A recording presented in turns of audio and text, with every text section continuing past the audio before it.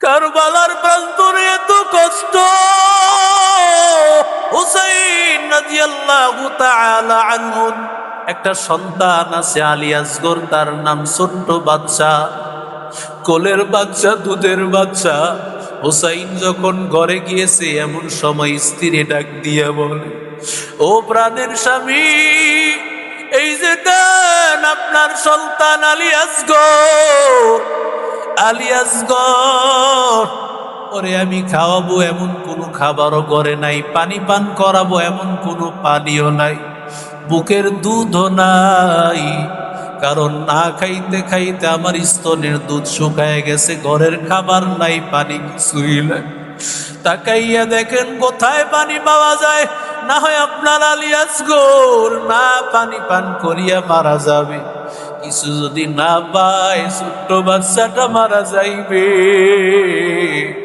এবার আল্লাহর বান্দা হযরত হুসাইন আলী আসগর ছোট্ট বাচ্চাটারে উঠায় বলতেছে, দেখ আমাদের অপরাধ থাকতে পারে, ছোট্ট বাচ্চাটার সাথে তো শত্রুতা নাই, কোলের বাচ্চার সাথে কোন শত্রুতা তো নাই, ফুরাত নদী থেকে একটু পানি আমার বাচ্চাটারে পান করার সুযোগ দাও।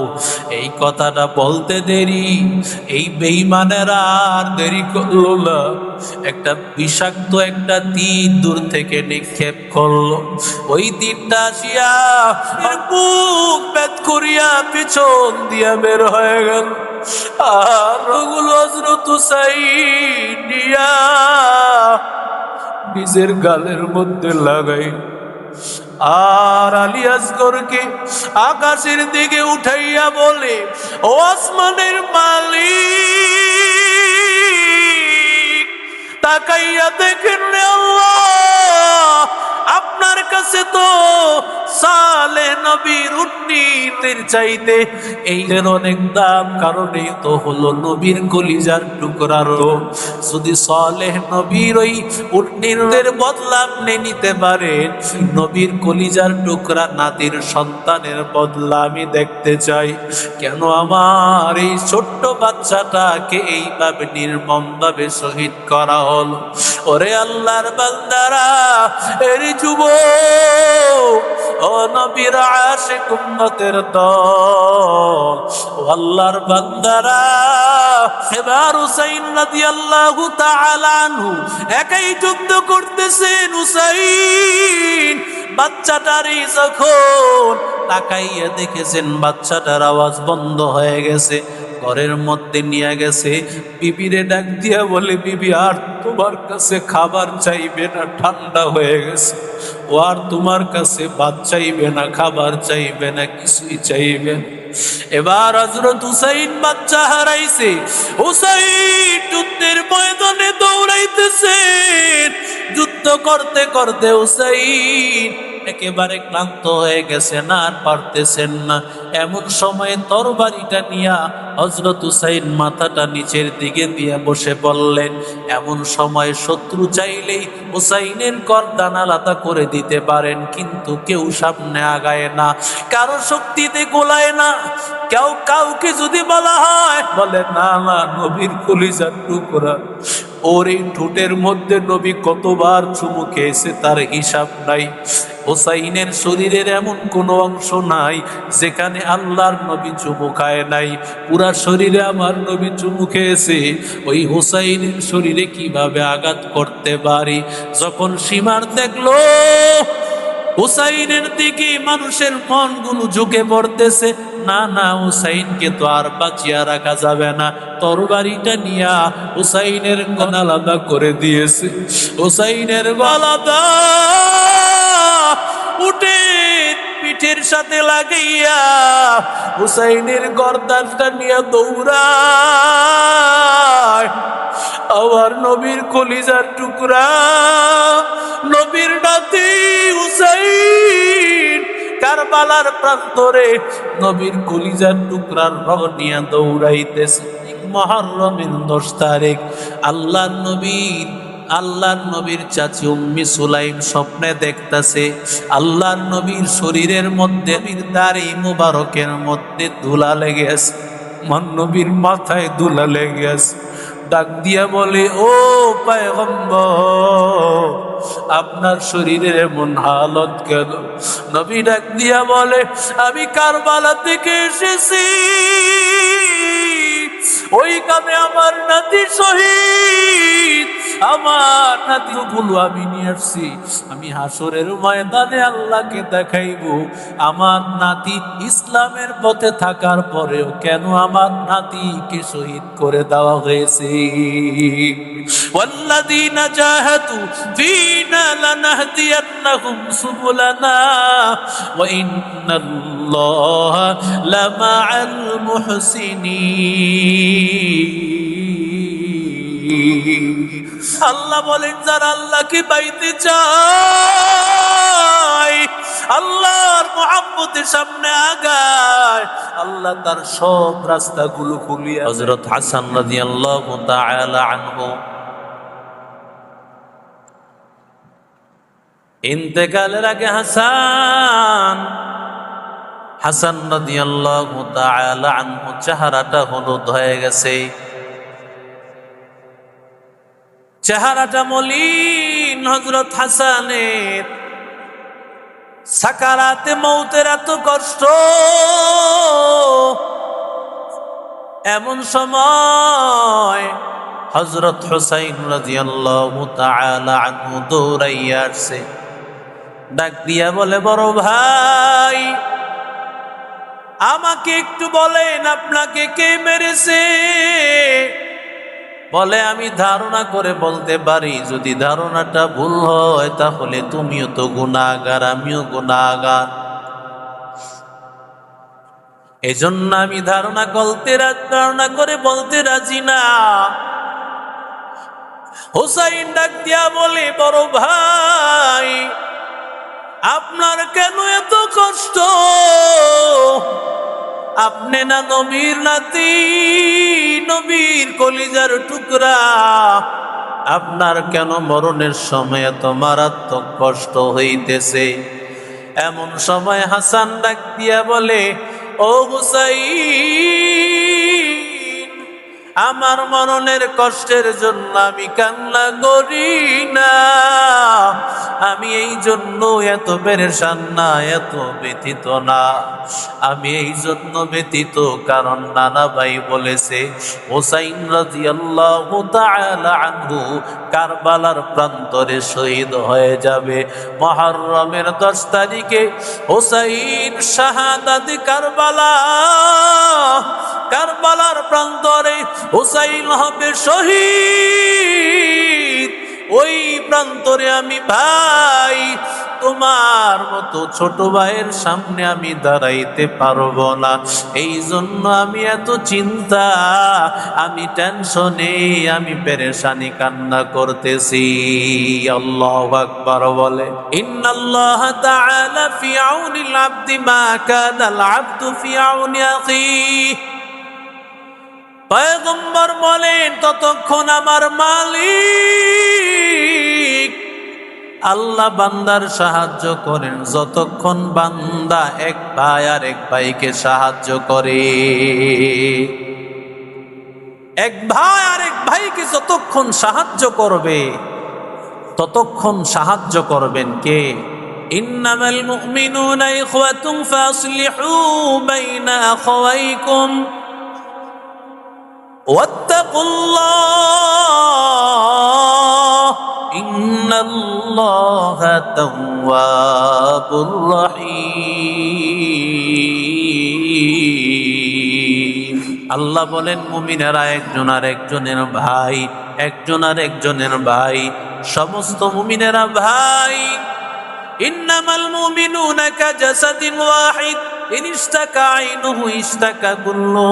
সমস্ত মুমিনেরা একটা দেহ, যদি চক্ষু একটা অসুস্থ হয় পুরা দেহটা অসুস্থ হয়ে যায়, হাতটা অসুস্থ হইলে পুরা দেহটা অসুস্থ হয়, পাটা অসুস্থ হয়ে গেলে ব্যথা পেইলে পুরা দেহটা ব্যথিত হয়ে যায়। আমার নবী ডাক দিয়া বলেন, সব মুমিনদের হালত হবে এমন, মুমিনেরা সবাই এক, মুমিন একজনের ব্যথায় আর একজন ব্যথিত হবে।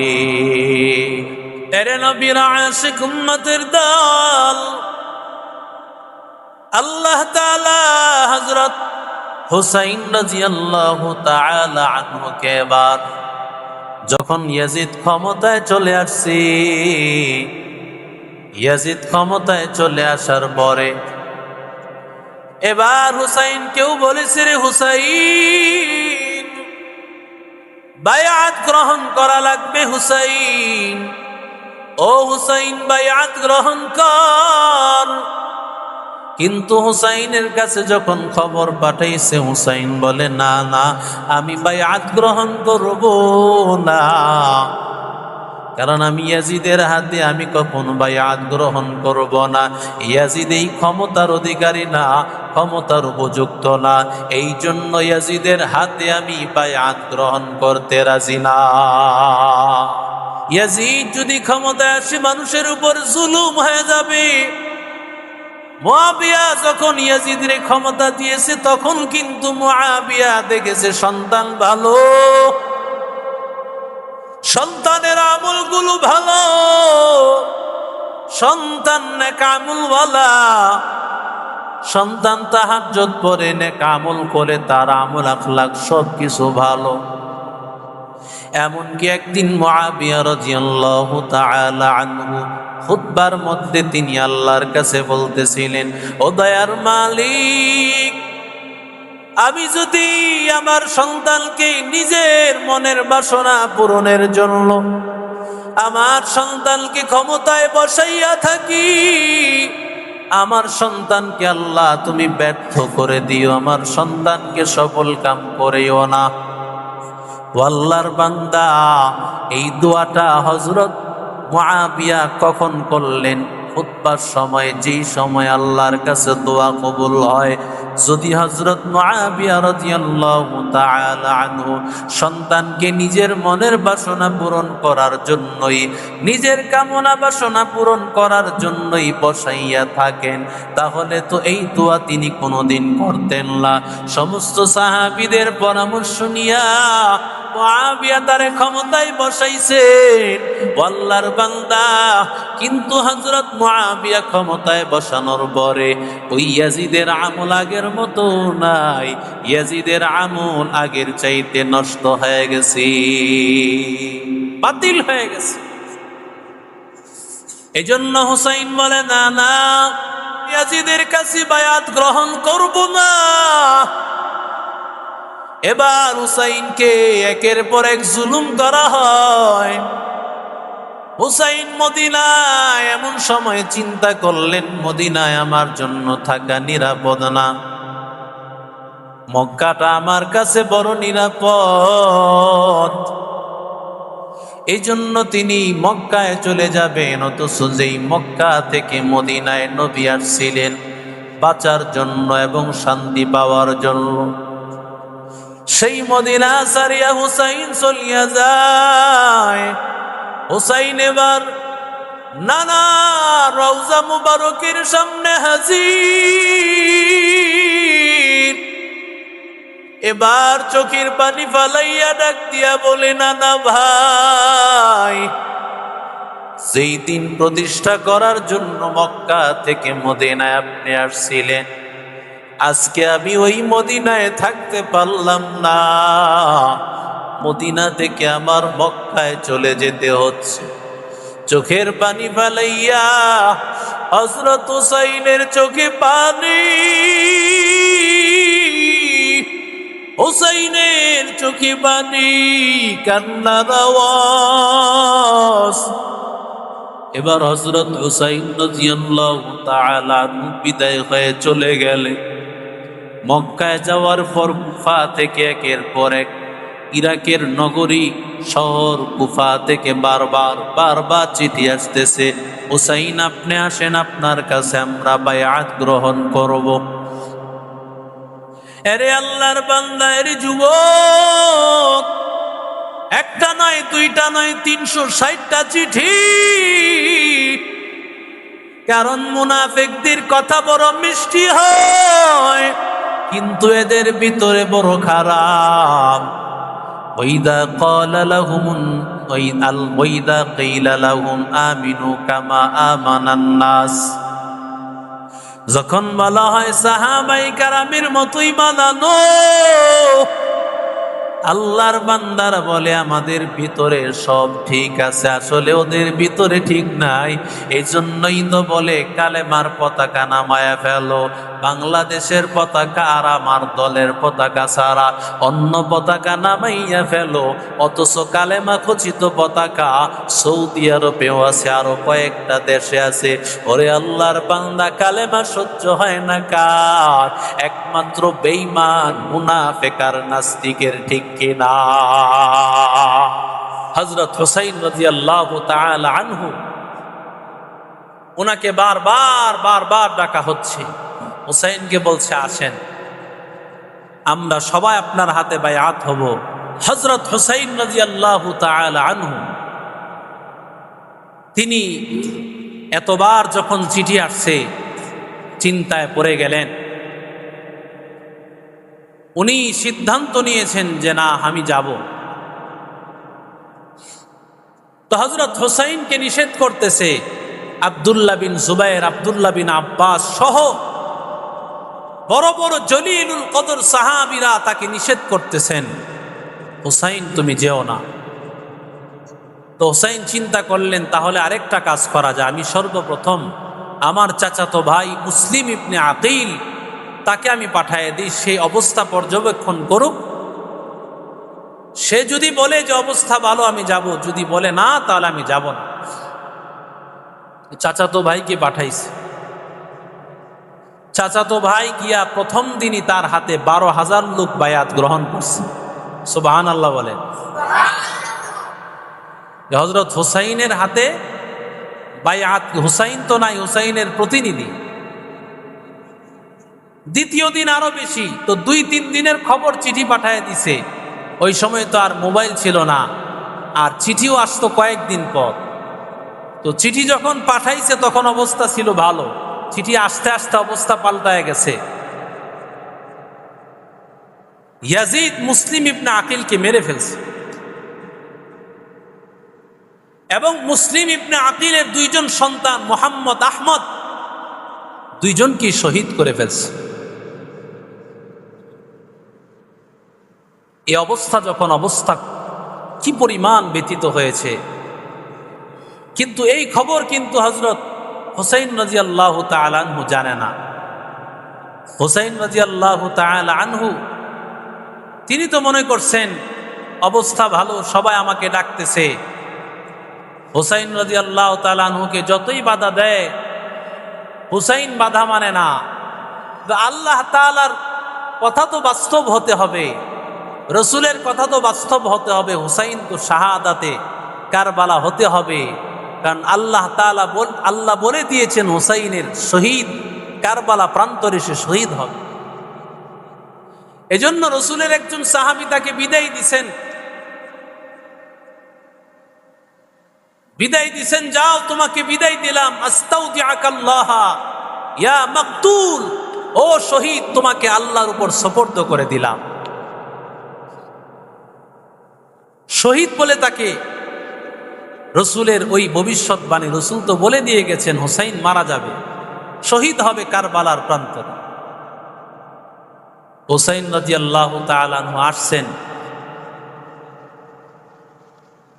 যখন হুসাইন রাদিয়াল্লাহু তাআলা আনহু আসছেন, আয়েশা দেখে না অবস্থা তো বিপরীত দিক। তিনি তার পরিবার পরিজন সহ মোটামুটি ভাবে 72 জন লোক নিয়ে গেছেন, যুদ্ধ করতে পারে এমন 72 জন লোক নিয়ে গেছেন। এদেরকে উদ্দেশ্য ছিল এটা নয় যে যুদ্ধ করবে, যুদ্ধ করার জন্য হযরত হুসাইন যান নাই। উনি গিয়েছেন পরিবার সহ, বায়াত গ্রহণ করবে, তিনি সেখানে থাকবেন, মানুষের রাষ্ট্র পরিচালনা করবেন, এই উদ্দেশ্যে তিনি গিয়েছেন। ইনসাফ ও ন্যায় প্রতিষ্ঠা করার জন্য হযরত হুসাইন গিয়েছেন। কিন্তু হযরত হুসাইন রাদিয়াল্লাহু তাআলা আনহু 7ই মুহররম সেখানে গেলেন, হযরত হুসাইনকে সামনে যেতে দেয় না।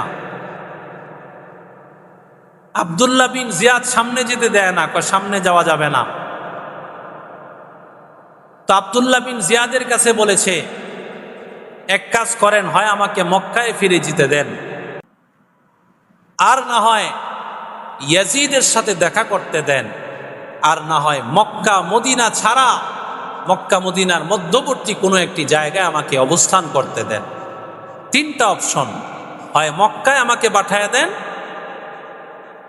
আর না হয় ইয়াজিদের সাথে দেখা করতে দেন, আর না হয় মক্কা মদিনার বাহিরে কোনো একটি জায়গায় আমাকে পাঠায় দেন। তিনি তো যুদ্ধ করতে আসেন নাই, তিনি আসছেন ইনসাফ প্রতিষ্ঠা করার জন্য। মানুষকে নিয়ে তিনি ইনসাফ প্রতিষ্ঠা করবেন। হুসাইন কারবালার প্রান্তরে যান নাই, তাকে তো ডাকছেন, ঠিক না বেঠিক? জোরে বলেন।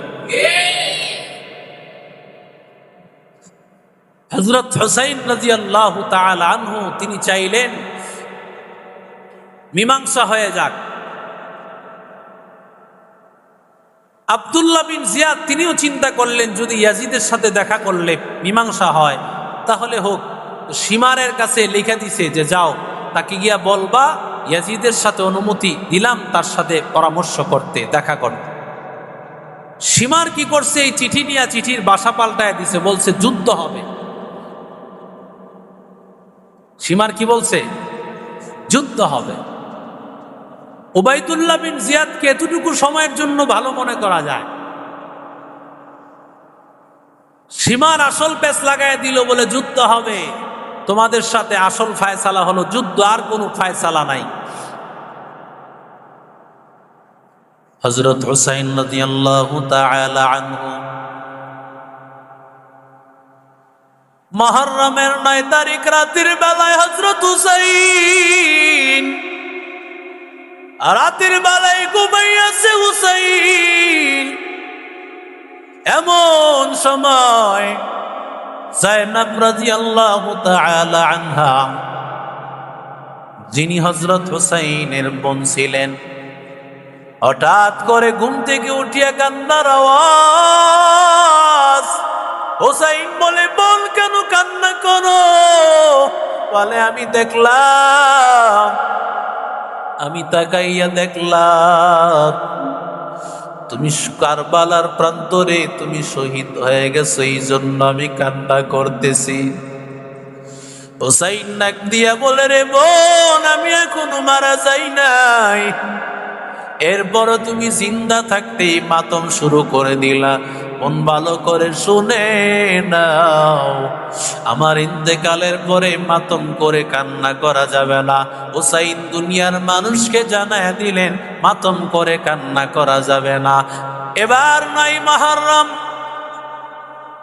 রাতের বেলায়, 9 মুহররম রাতের বেলায় হযরত আব্বাস রাদিয়াল্লাহু তাআলা আনহু অনেক দিন হয় নবীর স্বপ্ন দেখে না। ওই মুহররমের 10 তারিখ, 9 মুহররমের রাত, মানে মুহররমের 10 তারিখের রাত এটা। এমন সময় আব্বাস তাকাইয়া দেখতেছে আবার নবী যেন কই রওনা করেছে। এবার আব্বাস দৌড়াইয়া যায়, বলে, নবী, কতদিন হয় আপনার চেহারাটা একটা নজর দেখি না গো পয়গম্বর, একটু দাঁড়ান, আপনারে মনটা ভরে আজকের দিনে দেখি।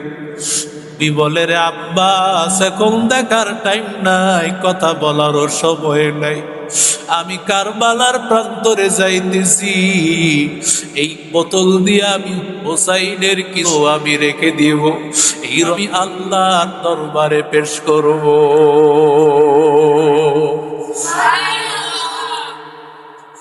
ওই 9 তারিখ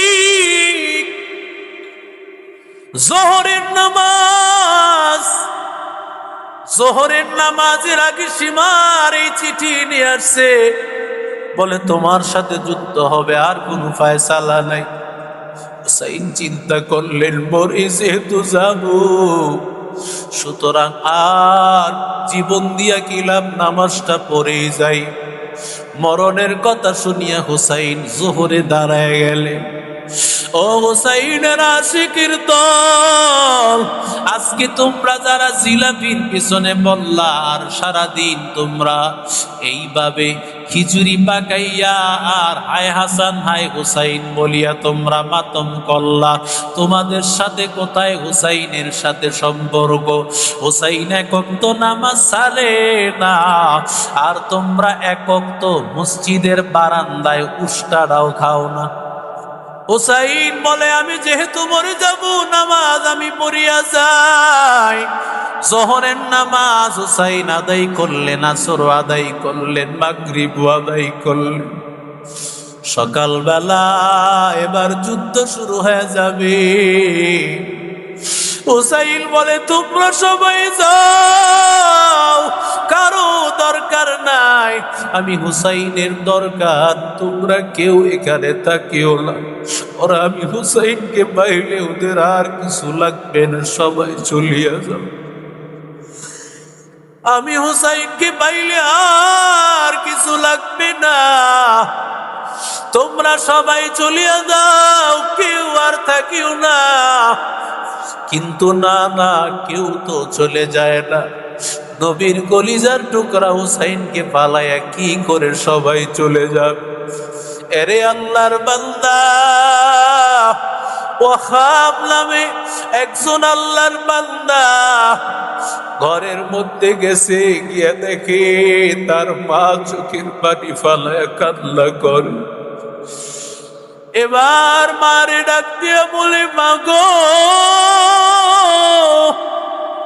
তোমারে আমার বিবি কোনো কষ্ট দিয়েছে নাকি? মায়ে ডাক দিয়া বলে ও সন্তান, না না, তোর বিবি আমারে কোনো কষ্ট দেয় নাই। এবার স্ত্রীর কাছে ডাক দিয়া বলে ও বিবি, তুমি কি মায়ের কষ্ট দিয়েছো আমার একটু বলো। বিবি ডাক দিয়া বলে আল্লাহর কসম, না না, আমি তোমার মার কষ্ট দিই না, আমি তোমার মায়ের মনে আঘাত দেইলে। এবার মার কাছে আবার দৌড়াইয়া গিয়েছে, মারে ডাক দিয়া বলে ও মা, কেন তুমি কান্না করতেছো আমার একটু বলো। মায়ে ডাক দিয়া বলি রে সন্তান, শুনেছি নবীর কলিজার টুকরা হুসাইন রাদিয়াল্লাহু তাআলা আনহু কারবালার প্রান্তরে আছে। হুসাইনের জানি কি হালত। আজকে যদি আমরা পুরুষ হইতাম আমরা তো নামতে পারতাম, কিন্তু আমরা কি করিয়া নামবো? এমন সময় সন্তান ডাক দিয়া বলে মা, আমি বিবাহ করেছি মাত্র 17 দিন হয়েছে, আমার নতুন ঘরে আমার বিবি, তবে আমি তোমারে ওয়াদা দিলাম আমি হুসাইন রাদিয়াল্লাহু তাআলা ওর সাথে, নবীর কলিজার টুকরার সাথে আমি যুদ্ধ করব। আমি আমার স্ত্রীর কাছ থেকে একটু বিদায় নিয়ে আসি। বিবিরে ডাক দিয়া বলে রে বিবি, আমারে বিদায় দাও। রাসূলের নাতি হুসাইন কারবালার প্রান্তরে বড় একা, নবীর কলিজার টুকরাকে সাহায্য করতে হবে কারবালার প্রান্তরে। আমারে বিদায় দাও, বিদায় দাও। বিবি ডাক দিয়া বলে স্বামী, এটা কি বললাম? আমারে বিবাহ করলাম মাত্র কয়দিন হলো, তোমার সাথে মনের কথাও বলতে পারলাম, কত কথা আমার দিলে আছে রে স্বামী, কোন কথা বলতে পারলাম না। তুমি নাকি যুদ্ধের ময়দানে চলিয়া যাইবা। এরে আল্লাহর বান্দা, এর যুবক, ও নবীর আশিক উম্মতের দল, এবার স্ত্রী ডাক দিয়া বলে ও স্বামী আমার, তুমি আমারে সারিয়া চলে যাইবা, আমার কোনো আপত্তি নাই, তবে আমার একটা আপত্তির স্বামী, তুমি জান্নাতে গেলে জান্নাতের হুর পাইয়া আমারে ভুলিয়া যাইবা। না না, আমি তোমার সাথে একসাথে জান্নাতে যেতে চাই। স্বামী বলে, এটা কি করিয়া সম্ভব? কারণ তুমি আমি একসাথে তো মরব না। আমি যুদ্ধের ময়দানে যাইতেছি, আমি সেখানে গাজীও হতে পারি, শহীদও হতে পারি। তোমার কখন মরণ হয় আমার জানা নাই। তাহলে তুমি কি করি আমার সাথে জান্নাতে যাইবা? এরে আল্লাহর বান্দা, এরে যুবক, বিবি মানতে নারাজ। এবার স্বামী, স্ত্রী এবং মা তিনজন মিলিয়া হযরত হুসাইনের কাছে চলে আসছে। হুসাইনের কাছে হাজির। ডাক দিয়া বলে, আমার বিবি আমার সাথে জান্নাতে যেতে চায়। হুসাইনও ডাক দিয়া বলে, এটা কি করে সম্ভব? কারণ তোমার স্বামী যুদ্ধের ময়দানে বাঁচতেও পারে, মরতেও পারে। বাঁচলে গাজী, মরলে শহীদ। আর তুমি কখন মারা যাইবা সেটা তো জানা নাই। তবে এবার হুসাইন জবান দিয়া বলে ফেললেন, আল্লাহ যদি কবুল করেন একসাথেও জান্নাত হয়ে যেতে পারে। আশেকারা মিল্লত মযহাব জুদাস্ত, আশেকারা মিল্লত মযহাব খুদাস্ত। আল্লাহ তাআলা কিছু বান্দার জবান এত দামি করে দিয়েছেন। নবীর কলিজার টুকরা হুসাইন রাদিয়াল্লাহু তাআলা আনহু, নবীর কলিজার টুকরা, তার জবান তো দামি হবে। এবার স্ত্রীও বলে, স্বামীও বলে, যেহেতু নবীর কলিজার টুকরার জবান দিয়ে কথা বের হইছে, কথা মিথ্যা হতে পারে না। আল্লাহ অবশ্যই বের করে দিয়েছেন, আল্লাহ অবশ্যই এটা কার্যকর করবেন। আল্লাহর কুদরত। যুদ্ধের ময়দানে হযরত হুসাইন রাদিয়াল্লাহু তাআলা আনহুর সাথে কারবালার প্রান্তরে যুদ্ধ যখন শুরু হয়ে গেছে, সর্বপ্রথমই ওয়াহাব নামক আল্লাহর বান্দা যুদ্ধে ঝাঁপায়া পড়ছে। আল্লাহর বান্দা শহীদ। ওদিক দিয়া আল্লাহ তাআলা মালাকুল মাউতকে পাঠাইয়া দিয়েছে। ও মালাকুল মাউত, তাড়াতাড়ি যাও, ওই ওয়াহাবের স্ত্রীর জানটাও কবজ করে ফেলো। এবার স্বামী স্ত্রী দুইজনের জান কবজ হয়ে গেছে। আল্লাহর তৈরি জান্নাতের মালিক একসাথে হয়েছে।